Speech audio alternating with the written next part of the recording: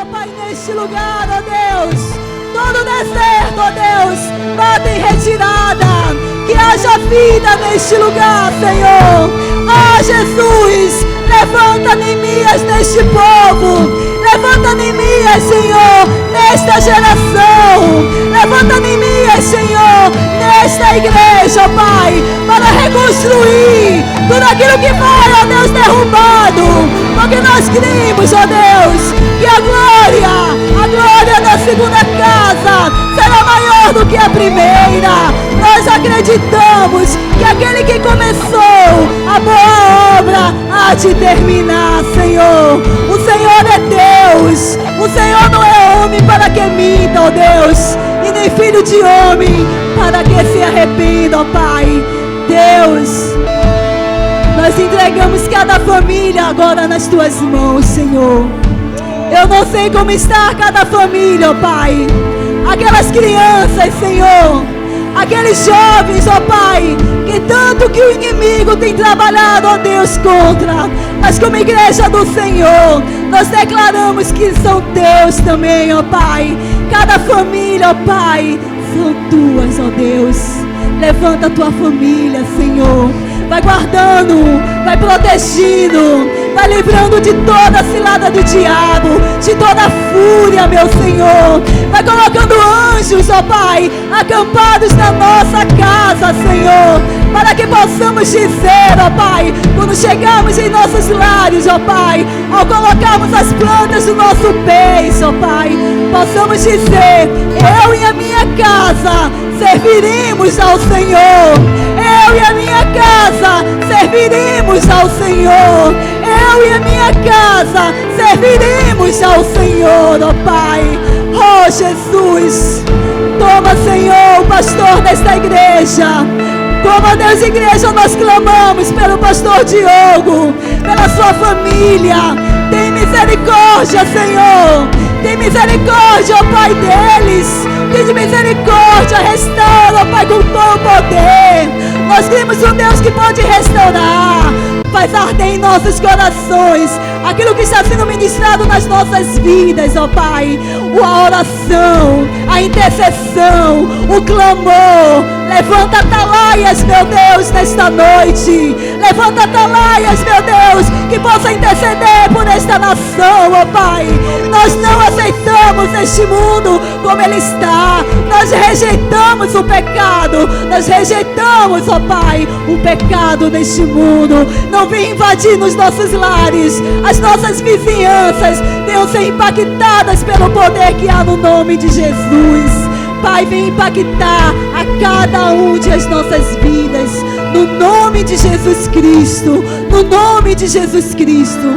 Essa posição de igreja, com a mão dada do seu irmão, cante essa canção conosco.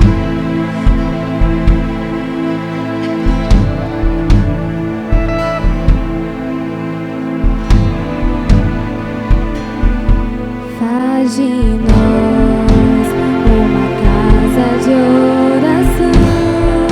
Cante isso. Para curar desta nação, derrama em nossos corações um clamor.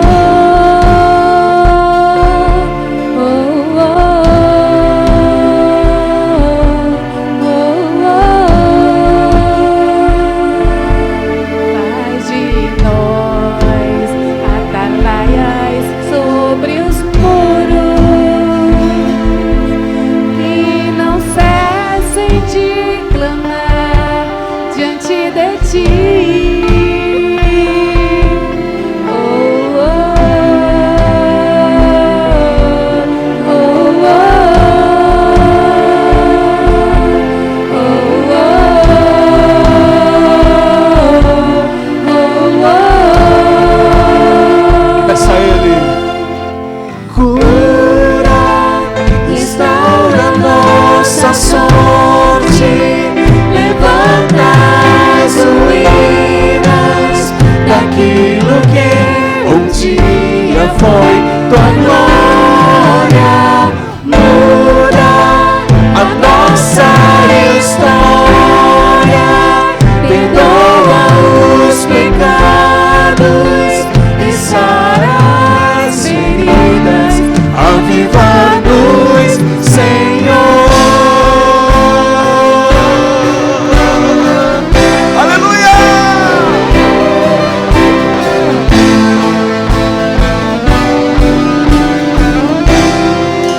com fé. Faz de nós uma casa de oração para curar Usa-nos, Senhor. esta nação. Derrama em nossos corações o clamor.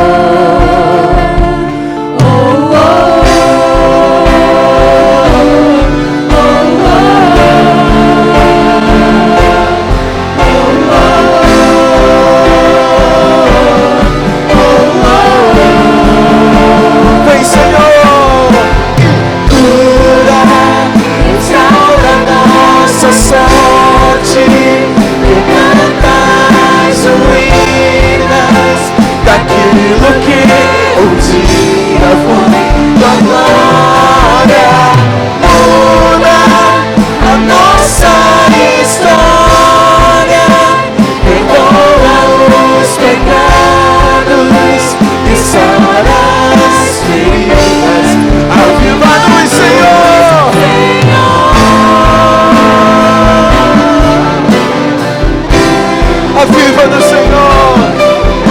Aviva no meio do teu povo a tua obra.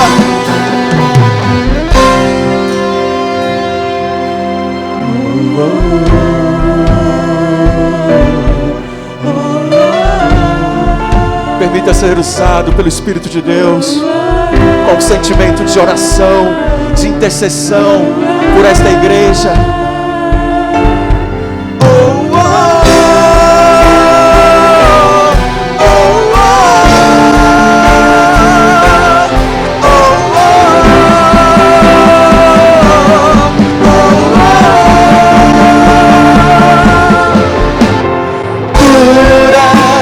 Restaura nossa sorte, levanta as ruínas daquilo que um dia foi tua glória. Muda, Senhor, história, perdoa os pecados e sara as feridas, aviva-nos, Senhor.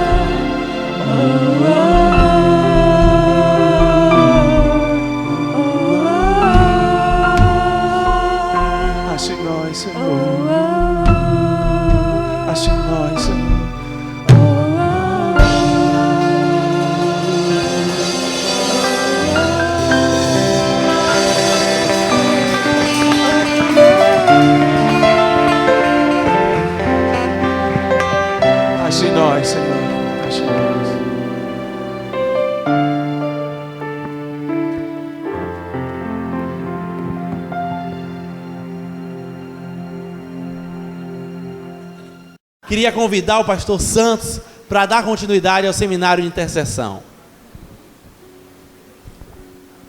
A graça e a paz a todos. Amém. Quantos estão felizes com a presença do Espírito Santo aqui essa noite? Solta um beijo para ele. Dá um lindo aplauso ao Espírito Santo. Aleluia.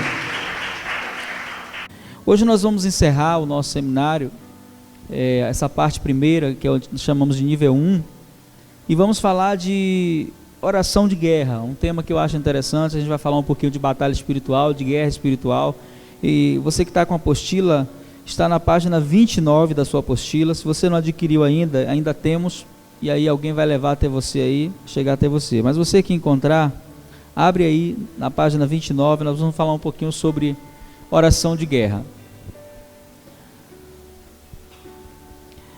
Um tema que tem sido muito abordado e está totalmente ligado à prática da intercessão é o tema da batalha espiritual e da guerra espiritual. A oração é um vínculo de comunhão, mas existem algumas coisas que acontecem como resultado da nossa oração. Isso é verídico e isso é fato na vida de toda pessoa que ora. Quando você começa a se voltar para Deus em oração, duas coisas acontecem. A primeira coisa que acontece é que você começa a estreitar a sua relação com Deus. A sua relação com Deus começa a mudar. Quando você começa a orar, você começa a experienciar algumas coisas que a palavra diz que existe, mas que você só via lá na palavra. Você começa a viver no seu dia a dia algumas manifestações sobrenaturais que você lê na sua Bíblia. Então é como se você ligasse algo dentro de você que te desse acesso ao sobrenatural. Essa é uma das partes que acontece quando eu começo a orar. A minha intimidade com Deus ela vai mudar. Mas existe algo que também é verdade. Todas as vezes que nós tentamos nos levantar na nossa vida de oração, Satanás ele tenta nos impedir. Quem tenta orar sabe do que eu estou falando. Vem uma oposição do reino das trevas. Por quê? Porque o inimigo sabe que a oração faz você viver aquilo que Deus tem reservado para você. Então quando você resolve se posicionar, começa então uma batalha espiritual, para que você pare. Eu sempre digo que o Satanás trabalha mais ou menos assim. Ele diz assim, não ore, esse negócio de oração, não precisa orar tanto tal. Mas quando você muda, diz, não, eu vou orar, eu vou assumir um relacionamento com Deus, sério, eu vou estabelecer uma disciplina de oração, vou começar a orar.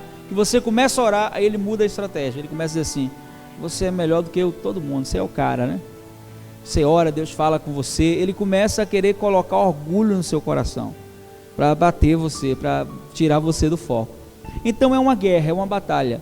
E esse conceito de guerra, de batalha espiritual, no Brasil hoje é algo muito falado, já está bem amadurecido em vários lugares, mas quando você vai estudar a palavra, você descobre que existe uma diferença entre batalha espiritual e guerra espiritual. Parecem ser a mesma coisa, mas não é. A batalha espiritual é uma convocação para todos aqueles que receberam Jesus como seu Senhor e Salvador, ou seja, você está dentro disso, amém? Mesmo você disse, eu não gosto, não quero, não tem jeito, está dentro. Quando foi que você entrou? No dia que você entregou sua vida para Jesus. No dia que você entregou sua vida para Jesus, você ganhou 3 inimigos: o mundo, a carne e o diabo.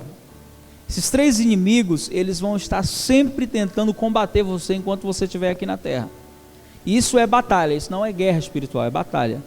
O que é guerra espiritual? É quando você deixa de lutar as suas lutas contra esses 3 inimigos e você começa a lutar as causas do reino de Deus. Por exemplo, fazer o reino de Deus avançar em uma região é guerra espiritual. Fazer o reino de Deus avançar em um território, implantar igrejas, estabelecer o reino de Deus no seu trabalho, onde você, isso aí já não é mais batalha, isso é guerra. Então nem todos são chamados à guerra. Deus só chama para a guerra aqueles que já aprenderam a vencer as suas próprias batalhas. Se você não tem condições ainda de vencer as suas próprias batalhas, Deus não vai trazer você para a guerra, porque Deus sabe o risco que você pode correr.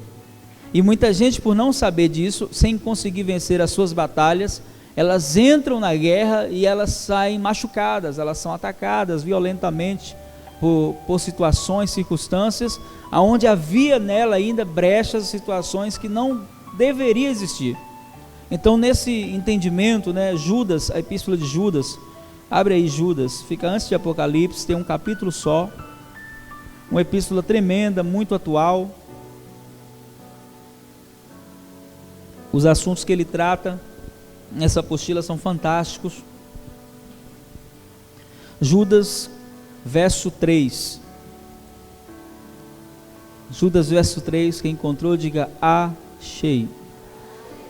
Diz assim: amados, enquanto eu empregava com todo cuidado para escrever-vos acerca da salvação, ele está escrevendo acerca de quê? Senti a necessidade de escrever, exortando-vos a fazer o quê? A batalhar. Batalhar pelo quê? Pela fé que uma vez foi entregue aos santos. Então ele está falando de batalha. Existe uma batalha espiritual que deve acontecer todos os dias. Qual é essa batalha? É uma batalha para manter a minha fé intacta. É uma batalha para manter a fé que eu recebi um dia e que me conduz à salvação. que é uma fé liberada pela graça, mas me manter firme nessa graça exige uma guerra diária. E nesse combate eu tenho 3 inimigos, que por mais incrível que pareça, o pior de todos não é o diabo. O pior de todos é a carne. Por quê? Porque o diabo é muito fácil de ser vencido, apesar de ser extremamente estratégico, não devemos subestimá-lo por sua experiência de guerra, é antiga. Ele, depois de Deus, ele é o maior general de guerra que existe. Ele tem mais de 2000 anos de experiência, derrubou homens muito mais santos que a gente, acreditou que poderia derrubar o próprio Cristo, então ele acredita que pode nos derrubar. Mas Satanás, ele só pode nos tocar, pelo que está escrito na palavra, se nós permitirmos que isso aconteça. 1 João 5,18, se você ainda está com a Bíblia aberta,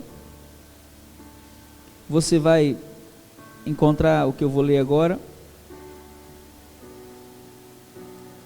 1 João 5,18, o versículo diz assim: sabemos que todo aquele que é nascido de Deus não peca, mas aquele que de Deus é nascido conserva-se a si mesmo. E o que acontece? O maligno, você crê que isso é verdade? Maligno não toca, é o que está escrito aí. Não está dizendo que ele não vai atacar, não está dizendo que ele não vai trazer tentações, não está dizendo que ele não vai trazer situações e circunstâncias, está dizendo que ele não vai tocar. Então os ataques vão vir? Vão. Os contra-ataques vão vir? Vão. As situações de tentação vão vir? Vão. Mas ele não vai tocar em você, porque você vai fazer o que está escrito. Aquele que é nascido de Deus conserva-se a si mesmo. Na versão original diz: aquele que é nascido de Deus vive em santidade. Então entenda bem, o versículo começa dizendo assim: todo aquele que é nascido de Deus não vive na prática do pecado. Quer dizer isso? Quando você nasce de Deus, o pecado deixa de ser uma prática comum na sua vida, algo planejado, premeditado, e passa a ser um acidente. Vai acontecer, pastor? Vai, mas não vai ser mais algo que eu vou planejar, imaginar, idealizar. Eu vou ser surpreendido. Um acidente. Alguém aqui já sofreu algum tipo de acidente? Você planejou? Se hoje eu vou bater o carro, você fez isso? Não, ninguém faz isso, né? Quem já tomou uma topada uma vez? Já tomou? Você vai andando geralmente distraído e aí tá. Quem não era crente soltou um palavrão, né? Quem era crente deu um glória a Deus, né? Mas o que acontece? Machucou o pé. Machucou, geralmente arranca aquela tampa assim do dedão, né? Machucou. O que você fez depois? Você ficou tão chateado que você saiu chutando todas as calçadas e todas as pedras da frente, foi isso? Foi isso que você fez? O que você fez?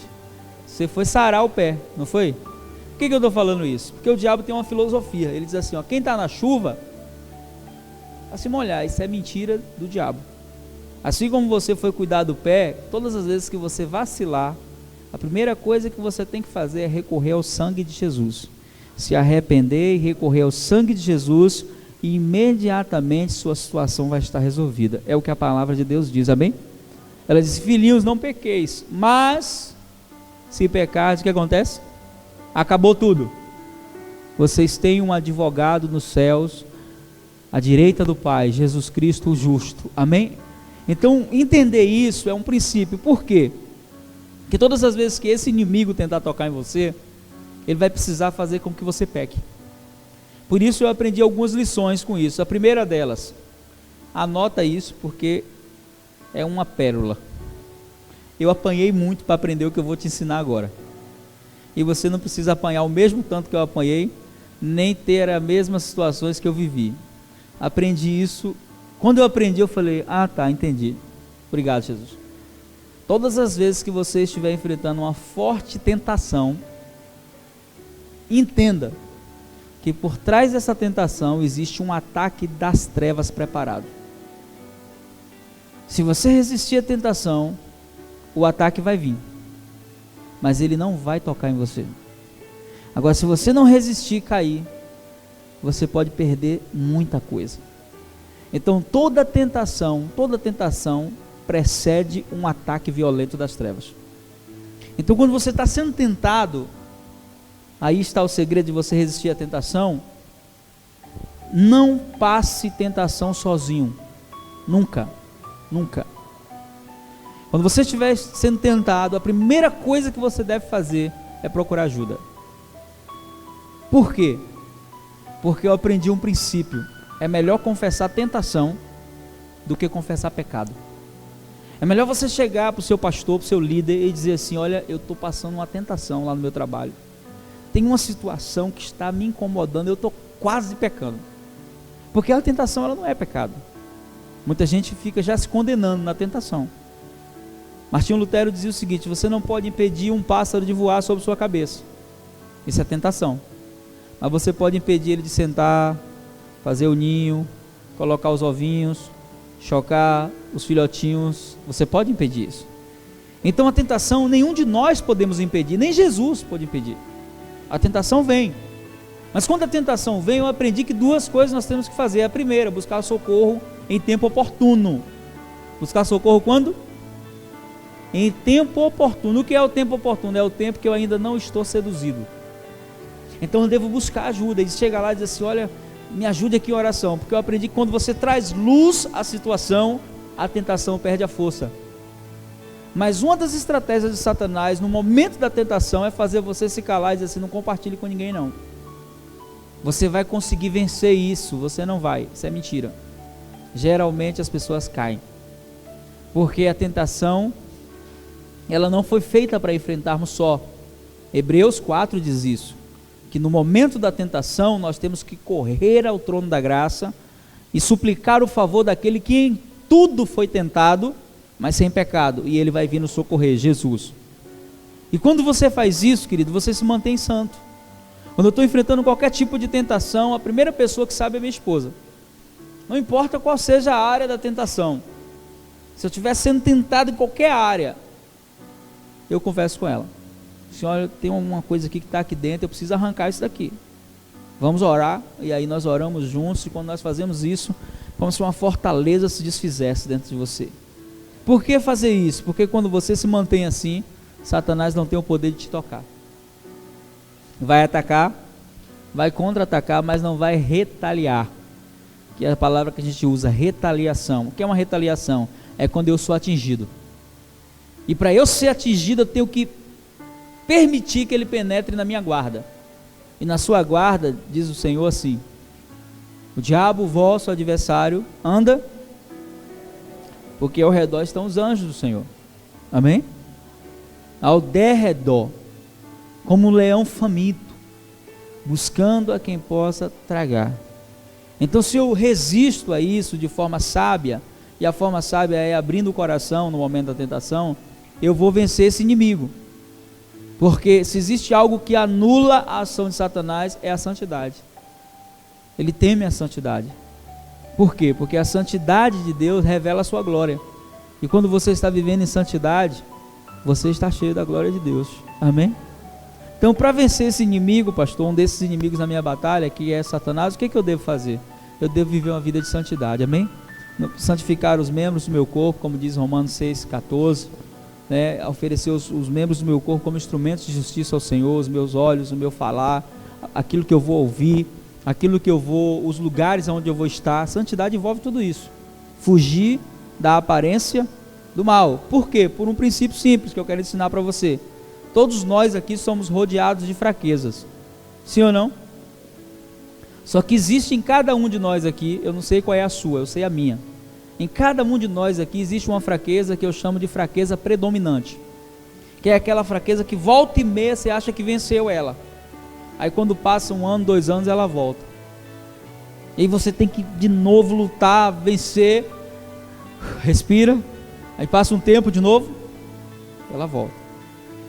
Dentre as muitas tem uma que predomina. Em algumas pessoas é na área do dinheiro. A pessoa é avarenta, ela luta, já venceu, já não vou vencer isso. Em outras é na área da inveja. Em outra é a facilidade de se machucar.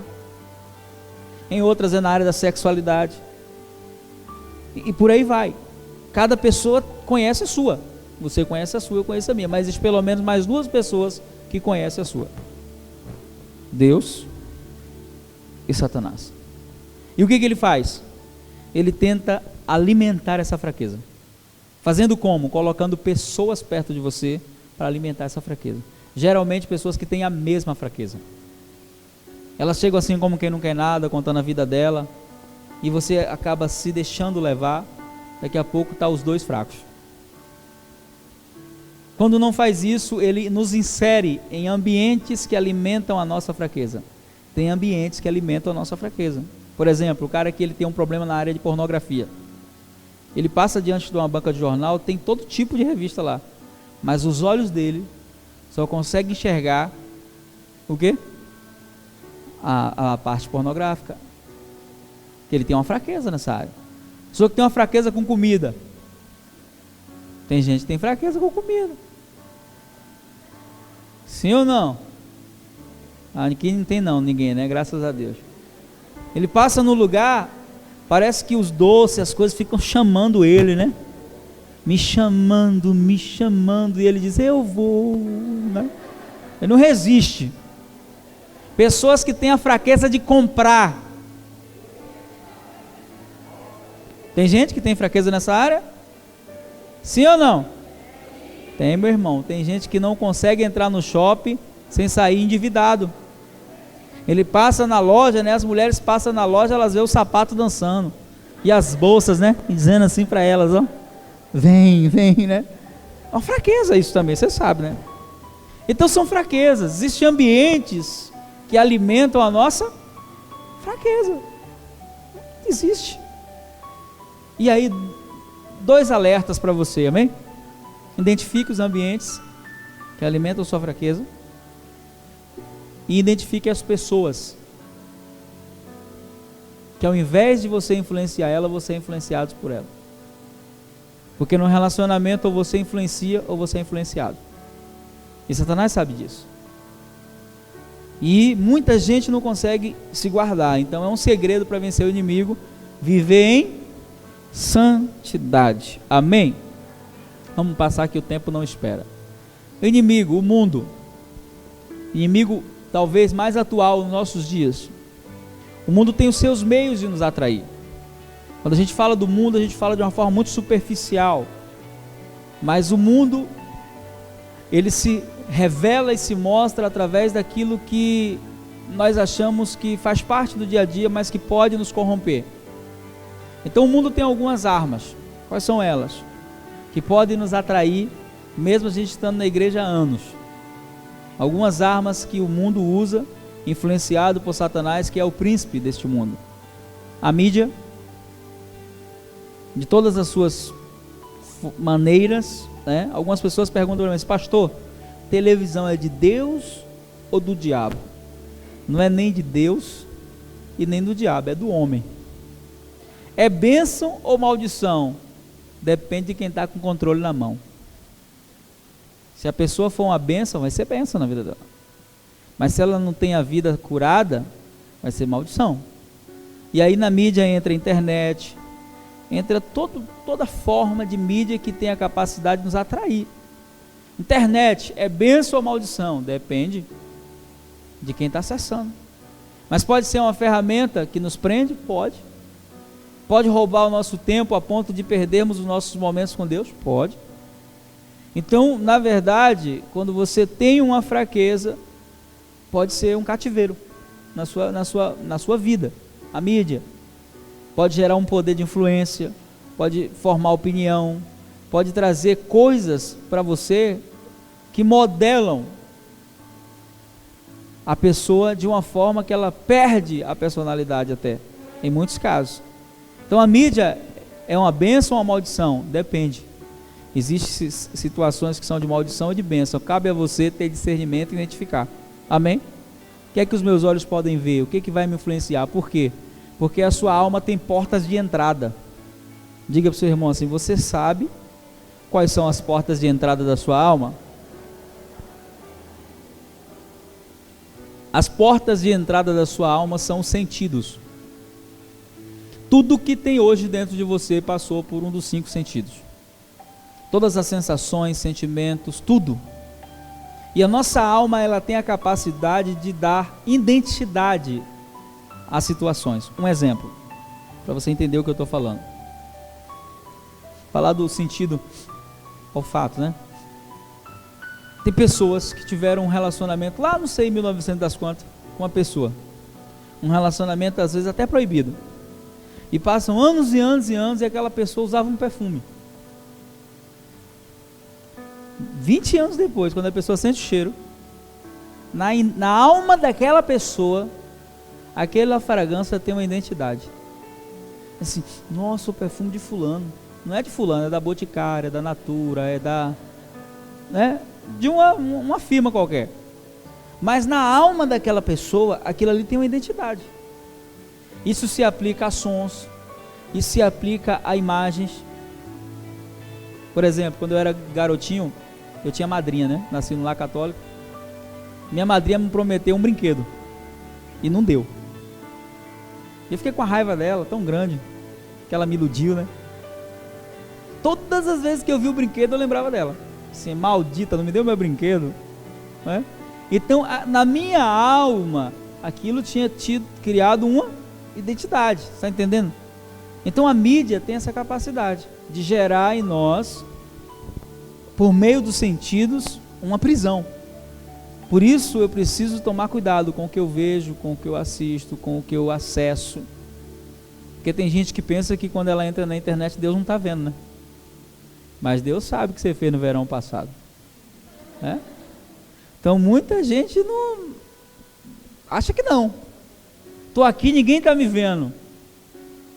E por aí nasce tanto pecado, meu irmão, que você nem imagina, dentro da igreja.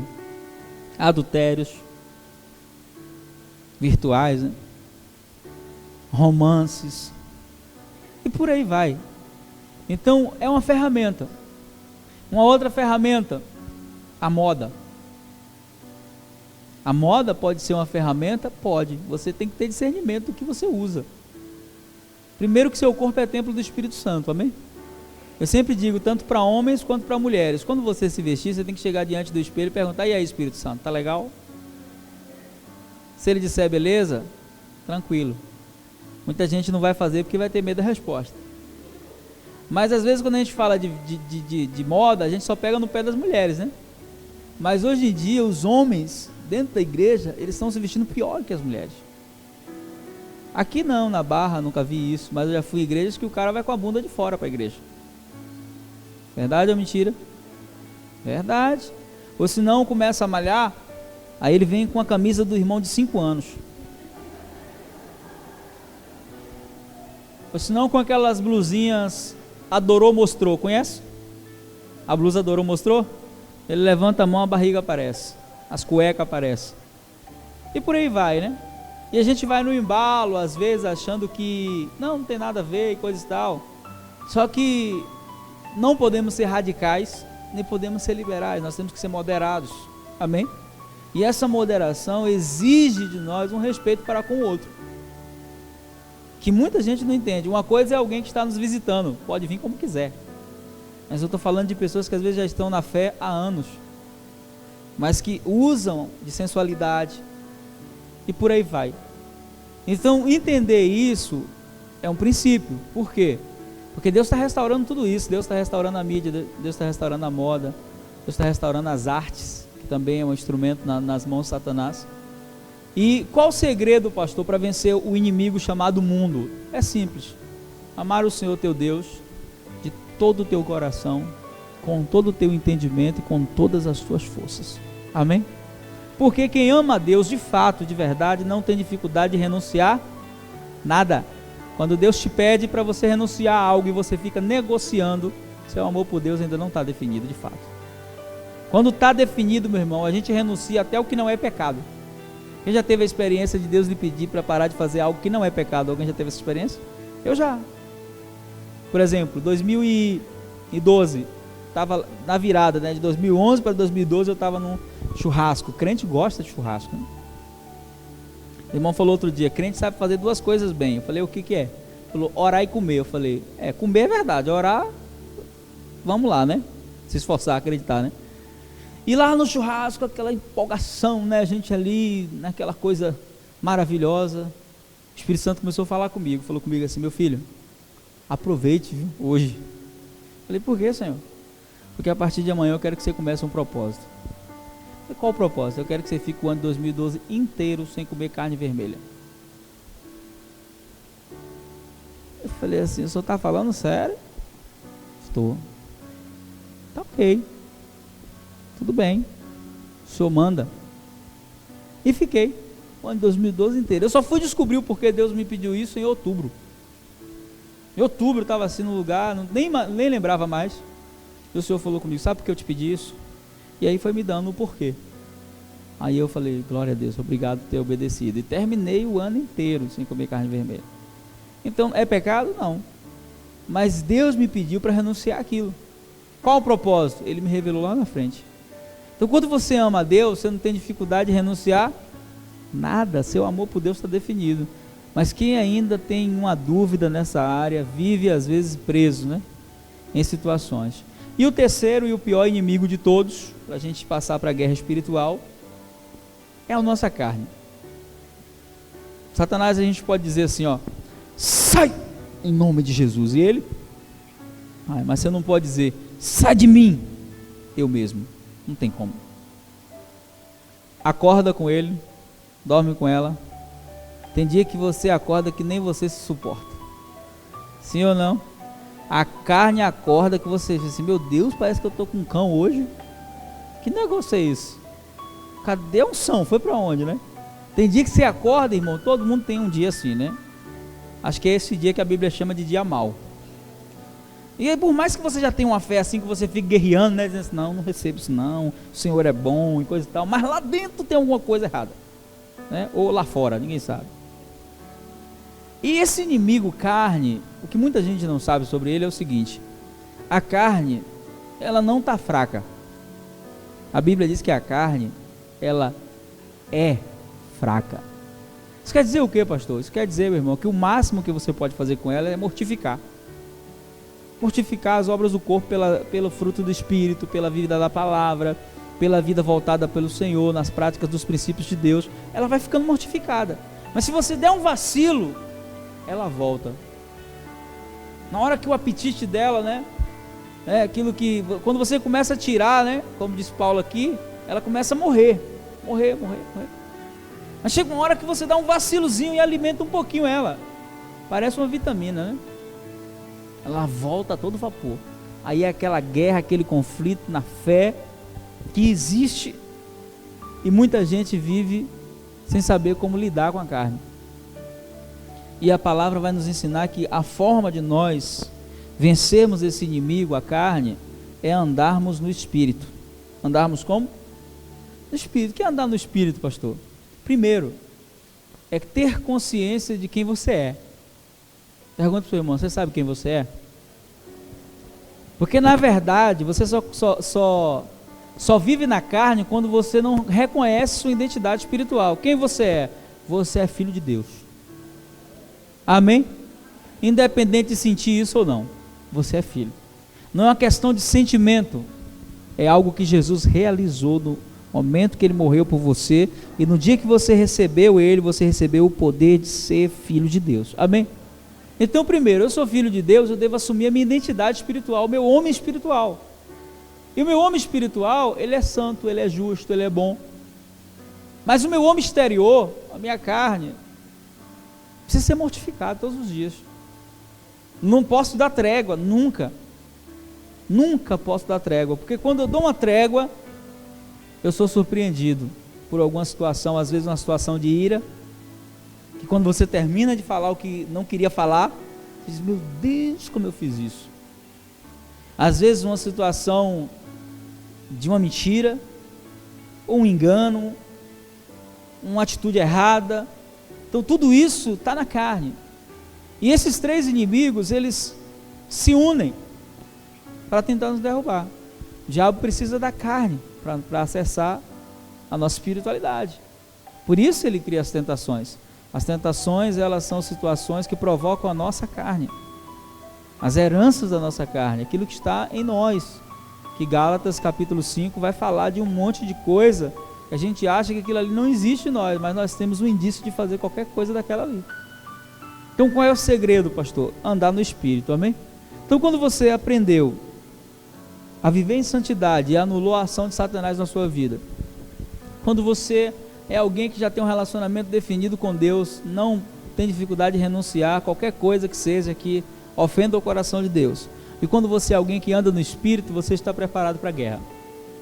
Deus vai te convidar para um nível maior, para conquistar em um nível maior. Mas até então, eu preciso vencer essas batalhas. Eu preciso ter a minha carne sob controle, num casamento equilibrado, numa relação abençoada com os filhos, num relacionamento abençoado na igreja, alguém aberto a perdoar, alguém aberto a viver a vida de Deus. Se eu não estou nesse nível, as minhas orações, elas não vão me levar ao lugar que Deus quer, porque vai ter sempre alguma coisa me prendendo, e eu preciso cortar as amarras por meio de atitudes, amém? Então dentro desse campo de intercessão aqui, a oração é um fator que depende da postura, e a primeira coisa que eu preciso conhecer, como está aí na sua apostila, é a minha posição de autoridade em Jesus. Quem eu sou em Jesus? Quem sou eu? Quais são as minhas heranças em Cristo? Há uma canção muito linda que todo mundo conhece, que diz que tudo que Jesus conquistou na cruz é direito nosso e é nossa herança. Você crê nisso? Você é herdeiro, co-herdeiro, faz parte. Então a Bíblia ela é escrita debaixo de 3 princípios. Na Bíblia tem profecias, na Bíblia tem promessas e na Bíblia tem fatos que já aconteceram. As profecias, muitas se cumpriram, outras ainda vão se cumprir. As promessas também, algumas se cumpriram, outras vão se cumprir. Mas aquilo que já aconteceu, não vai acontecer de novo. Já foi, já está estabelecido. Deus é o Deus do perfeito. Quando Ele faz, está feito e acabou. Amém? E algumas coisas que nós temos na Bíblia não são promessas, ainda que tem pessoas que estão clamando como se fosse uma promessa. Oh Deus, faz se cumprir na minha vida. Não, Ele já fez, lá na cruz. Algumas coisas. E aí a gente anotou uma série de coisas na sua apostila, está com as referências, está com os versículos, se você quiser ler em casa depois, mas uma coisa que já é uma verdade espiritual: você é lavado no sangue do Cordeiro. Você crê nisso? Isso fala de inocência, amém? Você é inocente. Outra verdade espiritual: nenhuma condenação há para os que estão em Cristo Jesus. Você está em Cristo? Então não há condenação, meu irmão. Quando o diabo tentar trazer o seu passado, trazer uma circunstância, porque a única coisa, a matéria-prima de Satanás é seu passado. Ele não tem mais nada. Ele só tem o ontem. E ele vai tentar trazer. Mas aí você tem que lembrar: não, eu estou em Cristo, nenhuma condenação há. Estou em Cristo Jesus e eu não aceito essa acusação. Por quê? Porque toda condenação de Satanás traz culpa. Você é escolhido, chamado para Jesus, predestinado desde a fundação do mundo. Ele te escolheu, antes mesmo de você escolhê-lo. Ele já sabia, Ele conhecia todo o propósito e Ele escolheu você. Você respondeu a essa escolha pela graça, e hoje você está aqui. Mas você é uma ideia de Deus, amém? Deus pensou em você muito antes de você pensar nele, muito antes de você nascer. Ele já tinha tido essa ideia, né? Você é selado com o Espírito Santo, amém? Quantos são selados? Olha para o seu irmão e diz assim: eu tenho a marca da promessa. Efésios 1,14 diz que é o penhor da nossa herança, amém? Temos essa marca. Você não enxerga, mas no mundo espiritual, né, está aí selado assim, ó, propriedade exclusiva de Deus, amém? E é verdade, ninguém pode mudar isso, nem Satanás, nem sua conta, ninguém. Feito a herança do Senhor, herdeiro de Deus e co-herdeiro com o Filho, assentado nos lugares celestiais. Vira para o seu irmão assim: meu irmão, fala com fé, meu irmão, você sabia que você não vai para o céu? Sim, a Bíblia diz que você já está lá, já está assentado nas regiões celestiais. Sim ou não? Você crê nessa verdade? Jesus está sentado aonde no céu? À destra de Deus, e a Bíblia diz que nós estamos assentados com Ele. Ele está acima de todo o principado, potestado, todo nome que se nomeia, não só neste século, mas no vindouro. É assim que você está, amém? Você pode até viver de forma diferente, mas sua posição espiritual é essa. E entender isso é uma verdade espiritual. Eu estou assentado com Cristo. Então você pode sonhar alto, amém? Porque você está assentado com Ele nos lugares celestiais. Isso não vai acontecer, isso já é uma realidade espiritual. Morto juntamente com Jesus, quando seu velho homem tentar ressuscitar, coloque ele no lugar dele. Ressuscitado juntamente com Jesus, a igreja prega a morte de Jesus. Não é verdade? A igreja prega a ressurreição de Jesus, mas a igreja não prega que nós também estamos assentados nos lugares celestiais. A morte de Jesus resolve o problema do meu pecado. A ressurreição de Jesus me concede a vida eterna. Mas o que me dá autoridade é entender que quando Ele morreu, eu morri. Quando Ele ressuscitou, eu ressuscitei também. E quando Ele assentou dos céus, eu também fui junto com Ele. E eu tenho a autoridade espiritual que Ele me deu. Ele diz: todo o poder me foi dado nos céus e na terra. E Ele conferiu esse poder à igreja. E você, igreja, você tem essa autoridade. Efésios vai dizer, Efésios 3:10, através da igreja será manifesto o poder de Deus diante dos principados e potestades, e nós seremos a multiforme sabedoria de Deus aqui na terra. Amém? Você recebe isso? Então isso é uma verdade espiritual, isso não vai mudar. Você está glorificado com Cristo, feito amigo de Deus através de Jesus. Quantos são amigos dele? Solta um beijo para ele. Um dia me perguntaram: seu pastor, por que você faz isso? Eu falei assim: por causa do Salmo 2. Diz assim no Salmo 2: beijai o filho, né? E filho lá está com letra maiúscula, então está falando de Jesus, amém? E é uma expressão de amor, uma atitude de adoração, amém? Chamado a ser irrepreensível, e não para por aí. Templo do Espírito Santo. Vira mais uma vez para o teu irmão, para ele acreditar nessa verdade. Diga assim: meu querido, o Espírito Santo não vai te visitar, ele mora aí, amém? Ele não é um visitante, você é a residência dele, você é a casa dele, ele mora aí, você é templo dele. Deus não habita mais em templo feito por mãos de homens, mas é nele que vivemos, nos movemos e existimos, amém? Ele vive em nós, portador dos dons espirituais. Tem gente assim: ah, pastor, eu não sei se eu tenho dom, se eu não tenho. Se você tem um espírito, meu irmão, você tem. Você pode não saber ainda quais são, e precisa identificá-los. Por quê? Porque os dons, eles são entregues ao corpo, para que a funcionalidade da igreja seja perfeita. Então a igreja sem dons é uma igreja que não cresce. Ela pode aumentar o número de pessoas, mas ela não vai crescer espiritualmente, porque são os dons que vão ativando as pessoas e vão operando nelas as evidências do Espírito. Então você precisa buscar os dons, aqueles que se identificam com a tua chamada, com o teu ministério, aquilo que Deus tem para você como filho, amém? A Bíblia fala de 3 classes de dons. Os dons da graça são aqueles que estão em Romanos capítulo 12. Esses dons já nascem com você, qualquer pessoa tem, por isso é um dom da graça, tanto o crente como o não crente, são dons da graça, nasce com você. A gente vai ter um encontro agora em junho, lá na Fazenda Guarajuba, que é um encontro que a gente faz há muitos anos, se chama Radicais e Sobrenaturais, que é um encontro que a gente fala de ativação de dons e ministérios. Então a gente fala sobre isso. Então os dons da graça, os dons de ministério, que são 5, Efésios 4:11, e os dons do Espírito, que são 9. Todos esses dons estão acessíveis. É claro que Deus vai te conceder dons de acordo com a sua identidade ministerial. Deus não vai dar um martelo para o eletricista, né? Para o eletricista ele vai dar um alicate. Então os dons de Deus vêm nos capacitar dentro da nossa funcionalidade ministerial, amém?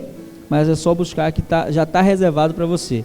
Assistido e protegido por anjos, você crê nisso? Você tem segurança particular e não sabe. Oração e pedidos respondidos, comunicação direta com Deus através de Jesus. Isso quer dizer, sabe o que? Novidade para você. Você tem o número do celular do Pai. Você fala com Ele quando quiser. Nunca fica fora de área. Nunca cai na caixa postal. Não é de graça, é pela graça, porque Jesus já pagou a conta.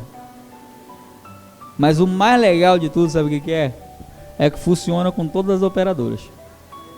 Quando a coisa aperta pro seu lado, que você diz assim, oi, Deus diz assim, calma, que eu sou o Deus vivo, e é claro que eu vou fazer tim, e as coisas vão todas se ajustar, e vai ficar tudo em ordem. Amém? E aí tudo se resolve, é só orar, o telefone do céu é oração, amém? Colaborador da vida eterna, colaborador de Deus, diga assim para o seu irmão assim, meu querido, Deus conta com você, para mudar a realidade, em vários lugares. Portador da vida eterna, diga para o seu irmão assim, meu irmão, você não vai ser salvo, você já é salvo, ande como salvo, pense como salvo, fale como salvo, amém? Isso já são verdades espirituais. Possuidor da autoridade de Jesus, você tem a autoridade que ele tem.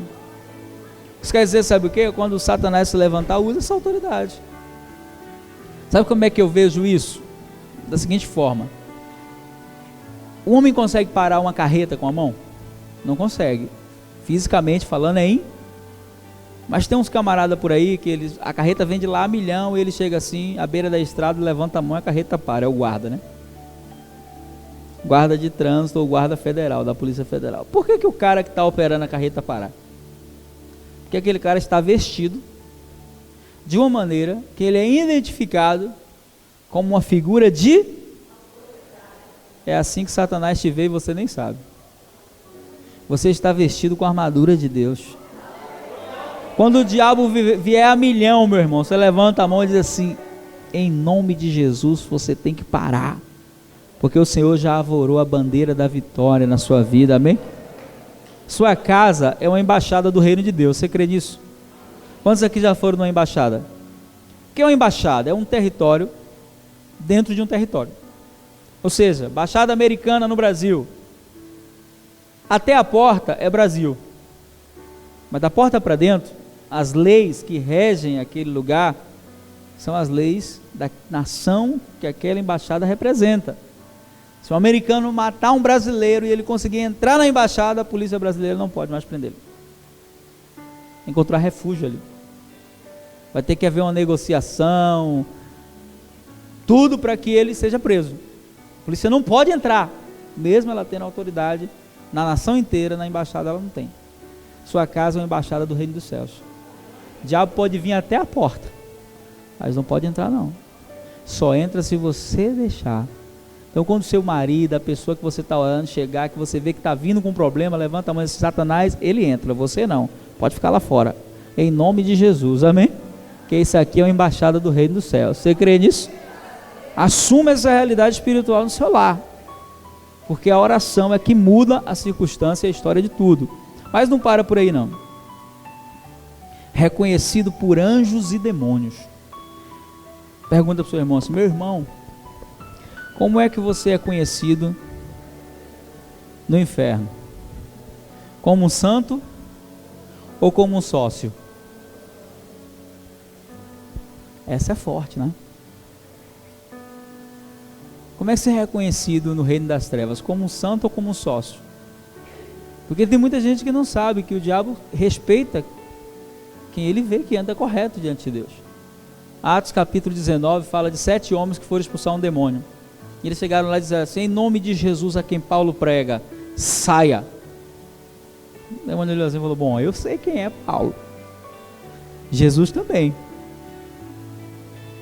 Mas vocês, quem são? E a Bíblia diz que, tomaram uma surra, como diz na Bahia, tomaram uma peia, que saíram nus e feridos. Então o inimigo conhece quem você é. Tive uma experiência quando eu tinha 17 anos de idade, né? E o meu envolvimento com a obra de libertação foi logo cedo na minha fé, né? E na rua que eu morava, minha mãe morava, um cara se manifestou com um demônio. E ele era grandão assim, fortão, né? Um cara bem forte. Aqueles caras que é forte por natureza, não precisa de academia de nada. E eu na época, 17 anos, né? Ainda era bem magrinho, assim como aquele moço que está lá na porta, né? Então era daquele jeito assim, bem magrinho, né? Vestia uma cinturinha fina, aquela coisa, né? Casei, a mulher trabalha bem na cozinha, é o resultado, né? E aí, o cara se manifestou com o demônio, quebrando tudo, com a faca na mão, se cortando. Chamaram a polícia chegou na porta, quando viu o cara todo cortado, com o olho virado, as polícias resolveram não entrar, e mandaram chamar uma equipe de enfermeiros, para ver se conseguiam segurar ele, e dar um sossega-leão nele, para levar para o hospital. E estava aquela muvuca lá na frente, e eu estava em casa, né? Era assim, às 2h da tarde, mais ou menos, e eu lá, fazendo o que todo baiano faz, depois do almoço, né? Dando aquela santa cochilada. E aí chegou uma irmã lá, que sabia que a gente trabalhava com libertação, disse assim, seu filho está aí com minha mãe, já sei o que é. E eu acordei com o barulho da minha mãe. Eu acordei minha mãe, o que está acontecendo, minha mãe?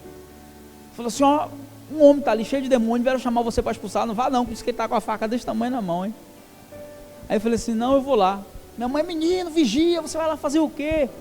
E a Bíblia diz para a gente vigiar e orar, e coisa e tal, vai para lá, ninguém te chamou lá, e coisa e tal. Eu fui lá, quando eu cheguei lá, aquela muvuca na frente da casa, aquele tanto de gente, policial lá. Aí eu, dá licença, quando eu fui entrando, cheguei na posse policial, eu falei, eu posso entrar? Aí o policial olhou para mim assim e falou assim, você vai para onde, menino? Tinha assim a cara dele, assim, né? Vai para onde, menino? Eu falei assim, eu vou entrar aí e vou expulsar, que isso aí é demônio. Aí um policial chegou e falou, você sabe o que você está fazendo? Eu falei, sei. O policial era crente, depois eu descobri, né? Eu não sei que tipo de crente, né? Mas era. E aí eu falei assim, eu vou entrar e vou expulsar. Ele falou, então vai lá que a gente te dá cobertura, né? Aí eu entrei, e quando eu pisei na porta assim, o cara estava sentado no sofá, todo ensanguentado, irmãos. Tinha cortes assim, que dava para ver o osso, né? E o sangue saindo assim, porque se ele não fosse socorrido, ele ia morrer. Eu pisei no batente da porta assim, né, os policiais atrás de mim. E aí ele, com os olhos virados, olhou para mim e falou assim, quem chamou você aqui? Você veio me expulsar, né? Eu sei quem você é, eu te conheço, mas eu vou matar você. E veio na minha direção correndo, com a faca. Se eu tivesse corrido, os policiais iam atirar nele. Então na hora, sabe aquela coisa de pensar rápido? Eu falei, eu vou ficar parado porque ele não vai conseguir me atingir. Aí quando ele se levantou, eu falei, está amarrado em nome de Jesus, né? Quando ele chegou perto de mim, que ele deu o golpe, a faca veio assim pertinho e ele ficou assim com a mão, sabe, querendo encostar em mim, não conseguia, como se tivesse um campo de força. Aí ele começou a xingar, seu desgraçado, eu não consigo tocar em você. Desse jeito, então me dei a faca em nome de Jesus, colocou a faca na minha mão, eu expulsei o demônio, o cara voltou, quando o cara se viu, começou a chorar, e pegaram ele e levaram para o hospital. Teve um lugar assim que pegou mais de 15 pontos. Uma semana depois ele perdeu o movimento de 2 dedos porque tinha cortado um dos nervos. E 2 semanas depois ele aceitou Jesus, né? Entregou a vida para Jesus, né? Conheço ele até hoje, está no Senhor. Mas quando eu entrei lá, a primeira coisa que Satanás disse para mim, sabe o que foi? Eu sei quem é você. E ele sabe mesmo. Só que tem um princípio que eu quero ensinar para você nessa noite, amém? Não seja santo por causa do diabo, porque você tem que ser respeitado pelo diabo. A sua santidade tem que ser movida pelo seu amor, pela presença de Deus. Eu não peco não é porque eu tenho medo do diabo. Eu não vivo uma vida de pecado porque eu amo o Senhor. E eu não quero entristecer o Espírito Santo. Essa é a minha motivação. Mas isso vai te trazer um reconhecimento no mundo espiritual, amém? Possuidor de parte da multiforme da sabedoria de Deus e autoridade sobre os demônios. Você tem, diga para o seu irmão, você tem autoridade sobre os demônios. Jesus garantiu isso, amém? Ele disse assim, em meu nome expulsarão demônios, falarão novas línguas, curarão os enfermos. Então isso é herança, Deus te deu isso, amém? E dentro de tudo que eu falei agora que você já está acreditando que você é isso tudo, quantos acreditam que são isso tudo? Glória a Deus. Se tivesse alguém que não acreditasse, a gente ia chamar aqui na frente para botar a mão na cabeça para acreditar, né? Agora que você já está acreditando que você é isso tudo em Deus, eu quero dizer para você que é possível você mudar a realidade do seu lar, amém? Por quê? Porque eu apresentei para você agora uma pessoa que a sua família não conhece. Sua família não sabe que você tem tudo isso, mas você sabe. E o importante é você saber, amém? Eles vão reconhecer à medida que você saber disso. E quando eu entreguei meu coração para Jesus, a minha família era católica, apostólica, macumbeira. Aqueles católicos que vão para a missa, mas minha mãe fazia oferenda, aquela coisa toda.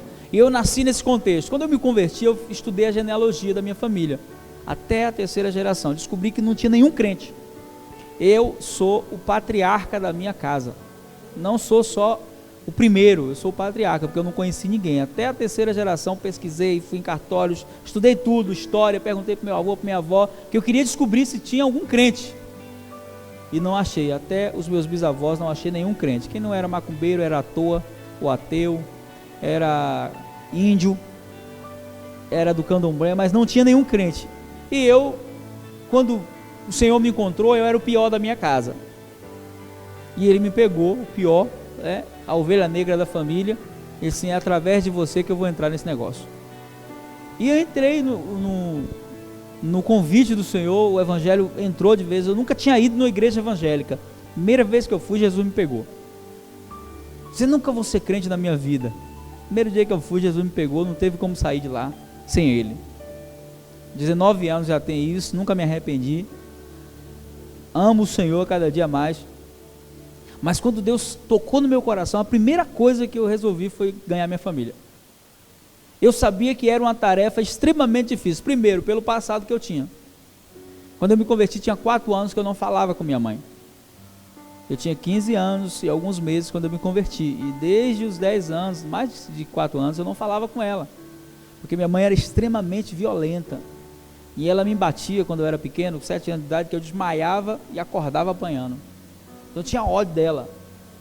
Vivi um tempo na rua e depois vim morar com meu pai aqui em Salvador, me envolvi na criminalidade. E quando eu me converti, eu odiava ela, eu não queria saber dela. E quando eu recebi o Senhor, a primeira coisa que eu fiz foi ligar para ela, pedir perdão. E nos reconciliamos e eu fui visitá-la. Quando eu fui lá visitá-la, a primeira experiência que eu tive com Deus, em relação à minha família, uma das mais fortes é que eu vou lhe falar agora. E aprendi um princípio. Hoje, quando eu faço uma leitura completa, eu consigo estabelecer quais são os princípios que Deus usa para conquistarmos a nossa família. O primeiro deles: família não se ganha com palavras, família se ganha com testemunho. Se sua família não perceber mudança na sua vida, dificilmente eles vão acreditar no evangelho que você prega. E a minha fraqueza era violência, eu era muito violento. Eu tinha uma paixão por violência, eu gostava de violência. E quando eu me converti, meu primeiro teste foi nessa área. 3 meses de crente, fui visitar minha mãe para consolidar o perdão. Eu estou lá na minha casa, deitado, ouvindo um louvor bem antigo, né? Marcos Góes, és o meu bem-querer, ainda era fita na época. Estou lá ouvindo, quando eu estou lá deitado ouvindo, minha irmã vai lá, tira a fita e colocou a fita do tchan. Começou a rebolar, segura o tchan, amarra o tchan. Fiquei de boa, eu vi que aquilo era um ataque, identifiquei, né? Apesar de ser novo convertido, assim, não, isso é o diabo se levantando, né? E fiquei na minha. Aí minha mãe foi expressa assim, vai ali comprar um negócio, ela foi, quando ela saiu eu peguei e coloquei minha fita de novo, de boa, estava deitado lá com o olho fechado, ouvindo, ela chegou, tirou, mas dessa vez ela não se contentou só em tirar, ela jogou no chão, plá, a fita, só vi quebrar, mas ela achou pouco ainda, ela chegou na minha cara e bateu, tá, quando ela bateu, eu pulei do sofá assim, já com a mão fechada, me subiu um negócio assim que não era do céu. E eu já estava pensando até onde ia enterrar ela, né? Na mente, foi bem rápido assim, né? E aí ela começou a gritar assim, reaja, seu covarde! E eu fiquei olhando para ela e tremendo, né? E aí, querendo matar ela, de verdade, sendo sincero para você. E eu olhei para ela assim, e ela, reaja! Aí eu dei meia volta assim, tinha estante, entrei num quarto, caí de joelho e falei, Deus, eu quero quebrar o braço dela, Senhor. De joelho orando, né? Verdade, sério mesmo.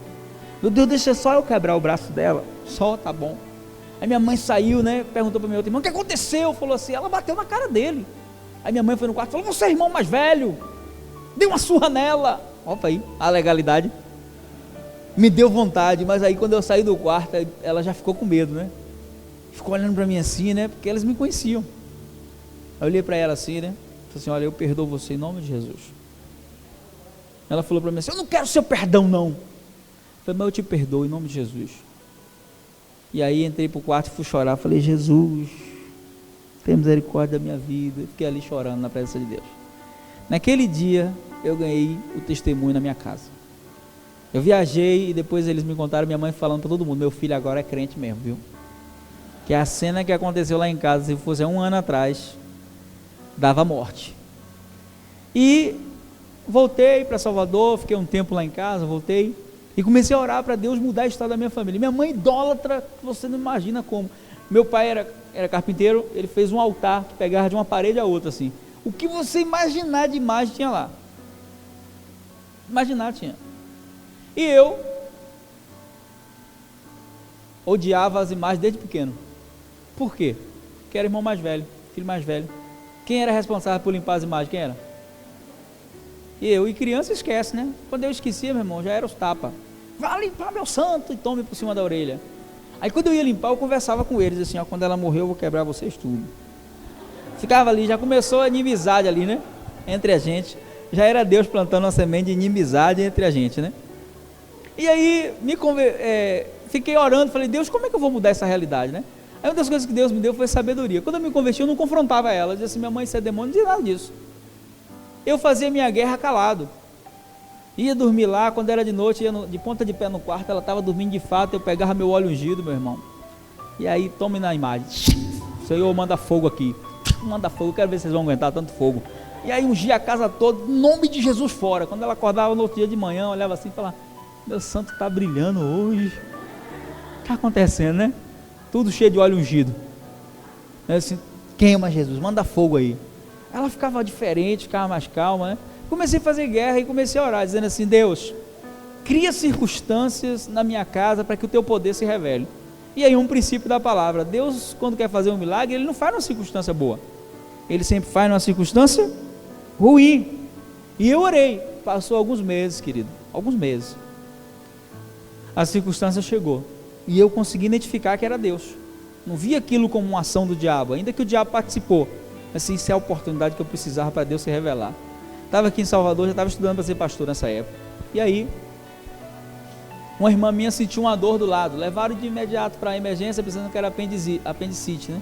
Quando abriram ela, não era, aí fecharam, e ela morrendo de dor, faz uma tomografia, acharam um caroço nela, né? Próximo ao útero, e aí abriram, não tinha caroço, fecha de novo. Resultado, ela fez 3 cirurgias no prazo de 70 dias, ela caiu de 68 quilos para 30 quilos, ela ficou uma caveira em cima da cama, sabe aquele povo da África que você vê nas imagens na internet? Ela ficou daquele jeito. E meu pai chegou desesperado, semblante abatido, eu estava aqui em Salvador estudando, e aí me ligou na igreja, eu fui, quando eu cheguei lá, ele todo triste, né, meu pai, um cara bem para cima, aí chegou para mim e disse assim, rapaz, peça lá uma licença ao pastor para você ir para casa, para você ver sua irmã pela última vez. Eles já estavam dados por perdido a guerra, né? E o que aconteceu, meu pai? Ele foi e falou para mim, aí eu fui na igreja, pastor, quantos dias o senhor pode me dar? Eu só posso te dar no máximo 20 dias, é o máximo que eu posso te dar. Aí eu fui para o interior para encontrá-los. Quando eu cheguei lá, a casa estava num ambiente de morte, sabe aquela coisa de luto já, espírito de morte reinando, vela para todo lado, e os vizinhos chegavam assim na porta de casa e perguntavam, e aí, como é que ela está? Mas na verdade queriam perguntar outra coisa, né? Já morreu, já foi, né? Porque todo mundo sabia que ela não ia viver, e eu vi que ali era a oportunidade que eu precisava para Deus se revelar, uma delas, né? E aí quando chamei minha mãe, uma conversa séria, já tinha respeito dela nessa hora, né, nessa altura do campeonato, já tinha o respeito, falei, minha mãe, é o seguinte, quanto tempo a senhora está rezando? A dela que ela ficou doente, melhorou alguma coisa? Não, só piorou, não foi? Foi, então tem alguma coisa errada. Ela deve ser o que fizeram, foi muito forte. Aí eu falei assim, então tá ok, vamos fazer um acordo aqui, eu e a senhora, um acordo de fé. A senhora é uma mulher de fé, eu respeito a sua fé, vamos fazer um acordo. A senhora vai apagar todas essas velas aí, e eu vou começar a orar. Eu tenho 20 dias para ficar aqui, eu vou orar durante 5 dias, com 15 dias depois, ela vai ter alta. Se ela não tiver alta, eu vou rasgar minha Bíblia, e vou acender vela com a senhora pro resto da vida. Agora, se ela tiver alta e ela for curada, a senhora vai aceitar Jesus. Aí ela falou, tá certo, eu concordo. Não tenho mais com quem me apegar, vou me apegar na sua fé. Falou comigo, né? Falei, ok. Paguei as velas, fiz um propósito, 5 dias, só água. Entrei no quarto, só saía para ir no banheiro. Pegava a foto dela, levantava e dizia, Deus, envia os teus anjos lá onde ela está. Senhor, opera um milagre, Senhor, na minha... Comecei a orar, orei 5 dias. Botava o relógio para despertar de 3 em 3 horas de madrugada, à noite, dobrava os joelhos, Deus, em nome de Jesus, e não fui visitá-la nesses 5 dias, só orando. Quando terminou meu jejum, Aí eu fui, e a notícia que eu tinha é que ela não comia nada, tudo que ela colocava voltava. Os lábios dela estavam todos estourados, ela estava com 2 drenos, um do lado, outro do outro, saindo secreção direto, soro, já tinha tomado vários litros, doação de sangue várias, e os médicos acreditavam que o quadro dela era irrecuperável, porque ninguém sabia o que ela tinha, era uma coisa espiritual. E aí quando eu cheguei no hospital, eu não tinha ainda visto minha irmã, a imagem que eu tinha na minha mente era a imagem daquela moça bonita, forte. Quando eu entrei no quarto, que eu olhei, que eu encontrei ela em cima da cama, só o osso, me veio lágrimas nos olhos. Aí o Espírito Santo falou comigo, no meu íntimo, disse assim: lembre-se da casa de Jairo, não chore, creia. Aí eu choro, né? Fui lá e dei um beijo nela, falei assim: minha irmã, falei, aí neguinha, você vai levantar da cama rapidinho, daqui uns 15 dias você vai ter alta. Quando eu falei isso, o médico estava na sala, no quarto assim, conversando com minha mãe, né, com a prancheta na mão, olhou para mim assim, por cima do óculos, né, e bateu no meu ombro e falou: meu jovem, me acompanha aqui. Aí eu fui, né, entra no corredor, sai do corredor, entrou na sala dele e perguntou para mim assim: você é médico? Eu falei: não, senhor. Por quê? Ele: então não fique enchendo a sua família de vãs esperanças. A sua irmã está num quadro que a gente não consegue descobrir o que é. Já teve isso, já teve aquilo, mas falou. Então você chega aqui dizendo que ela vai ter alta. Isso aí é pior do que você. Eu sei que você está querendo que sua irmã saia, mas o quadro dela é praticamente irreversível. Ela só sai daqui se acontecer um milagre. Eu falei: agora a gente está falando a mesma língua. Porque quando não é milagre, Deus deixa para vocês fazerem. O senhor já fez o seu melhor? Ele falou: já. Eu falei: então tire seu time de campo, porque o meu Deus vai começar a operar. O senhor que está cuidando dela, né? Pois é, daqui a 15 dias o senhor vai dar alta para ela. Ele falou assim: você é crente, né? Eu falei: sou. Eu falei: então reze muito. Eu falei: crente não reza a hora. Ele falou: então ore, porque é só um milagre. É impossível, mas você crê, né? Eu falei: o senhor não crê em milagre, não é? Ele falou: não. O senhor vai ver um. Com 15 dias exatos, no dia que eu pisei lá, ela comeu o que eu levei umas frutas para ela, ela comeu, não voltou. Com 15 dias exatos, Deus é perfeito, com 15 dias, eles tiveram que tirar ela daquele lugar, porque tinha que ceder o leito para outra pessoa. 15 dias, nem 14, nem 16 ela teve alta, e foi liberada para ir para casa.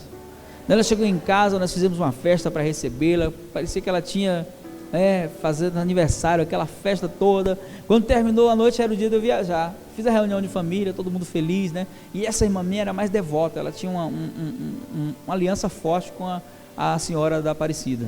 E aí, com a cidadã lá no pescoço, né, e coisa e tal.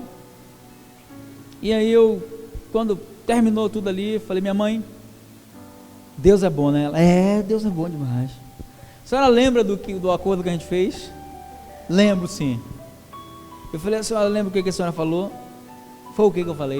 Aí falei para ela, ela falou assim: não, eu já tenho Jesus no meu coração, eu já sou crente também, já creio em Deus, coisa e tal. Falei: mas não foi isso que a gente conversou, não. A gente conversou outra coisa.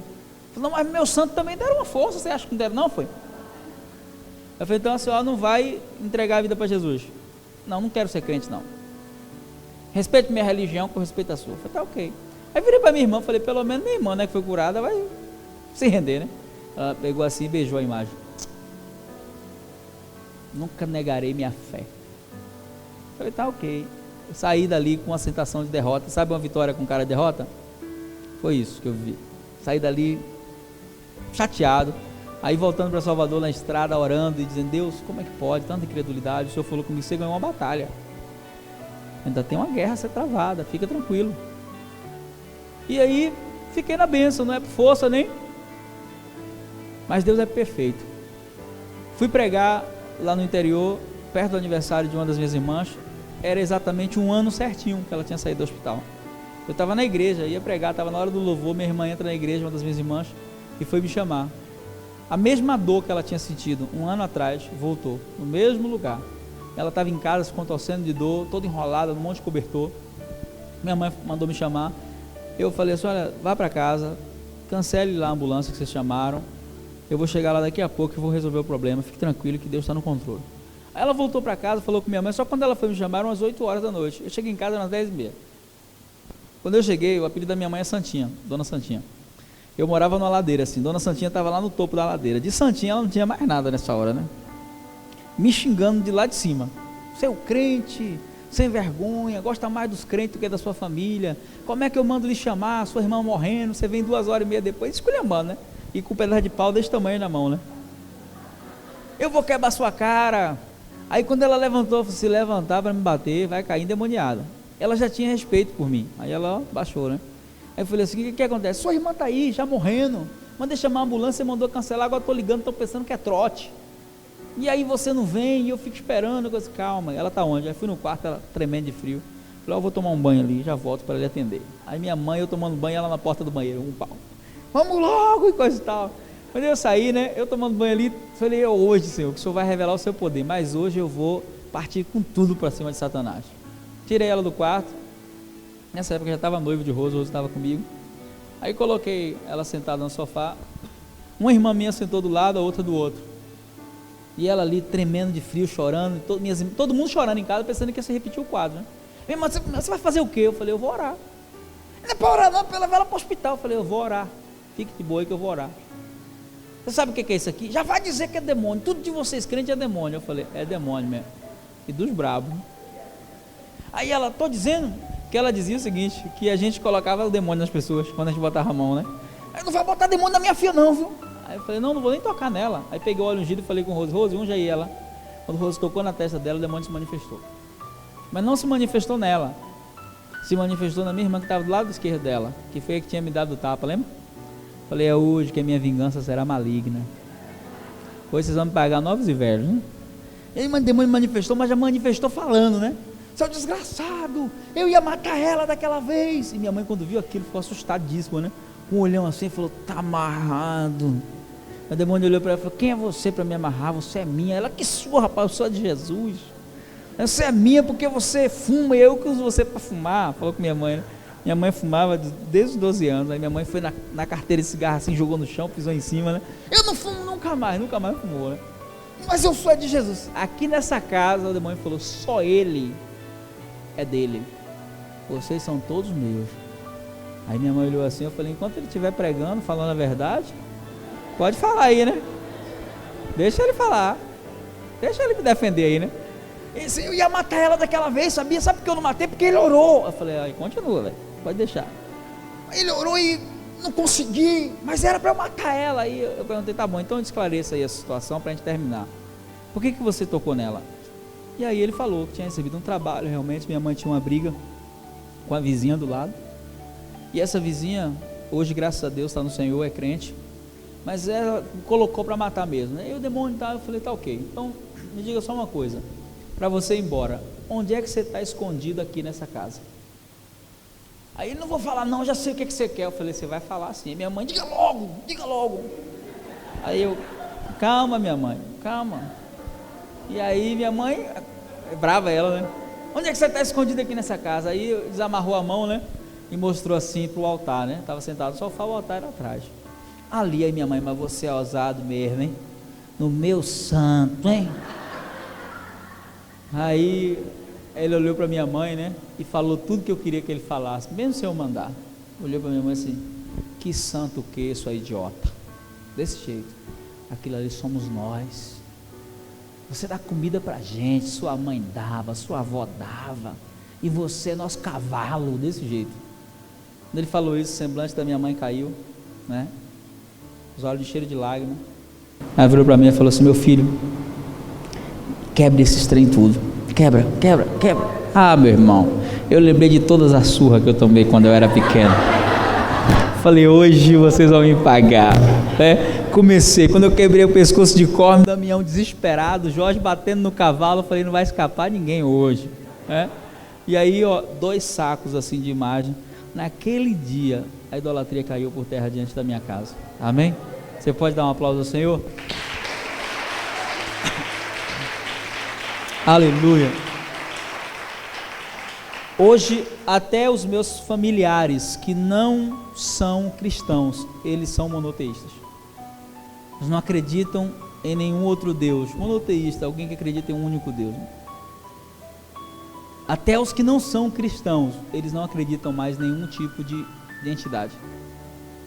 Até os meus tios, foi uma coisa que se alastrou o que aconteceu na minha casa. Então eu creio que Deus vai fazer algo tremendo na sua família também. Você crê nisso?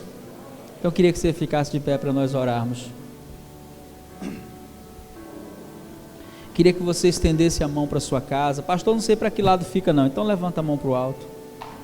E Deus vai enviar anjos a teu lado nessa noite. E eu quero liberar uma palavra profética de que o Senhor vai fazer algo tremendo ainda essa semana na sua casa. Até domingo Deus vai fazer com que algo sobrenatural aconteça. Pai, na autoridade do nome de Jesus nós queremos orar agora. E nós queremos te pedir, Senhor, envia os teus anjos agora, Senhor, de encontrar a casa dessa pessoa, a família dessa pessoa.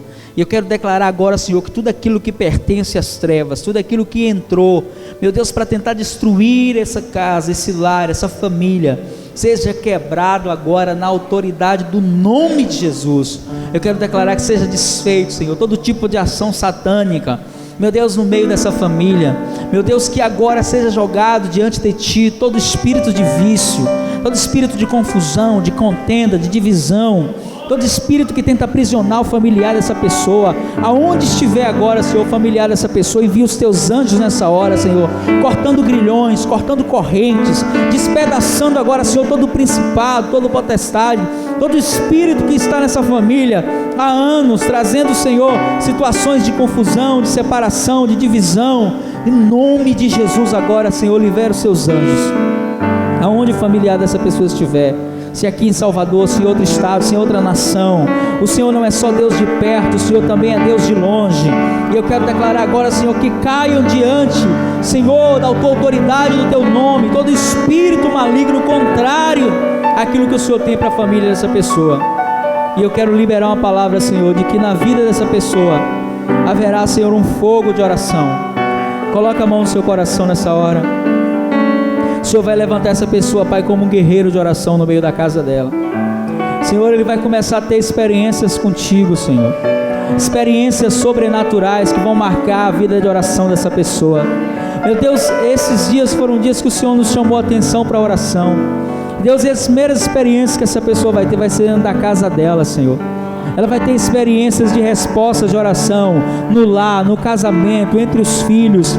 Deus, naquilo que o Senhor tem entregue nas mãos dessa pessoa, como um sinal, virá a resposta de oração na vida dessa pessoa, Pai. Quero dizer agora, Senhor, que nós somos contra toda a obra das trevas que se levanta contra o entendimento de Deus na casa, na família, e que todo espírito maligno é totalmente ilegal nessa casa, porque essa casa, Senhor, é uma embaixada do reino dos céus. Com sua mão no coração, diga assim comigo: Senhor Jesus, acende meu coração a chama pela oração, e eu verei as respostas das minhas experiências contigo em oração, na minha vida, na vida da minha família, na igreja que eu congrego, aonde eu trabalho. O poder da oração vai afetar as realidades e transformá-las no nome de Jesus. Eu não vou desistir da minha família, porque eles são do Senhor por direito de criação, e eles são do Senhor por direito de redenção. E eu declaro que isso se cumprirá, para que o nome de Jesus seja glorificado. Você pode dar um aplauso forte a Ele nessa noite.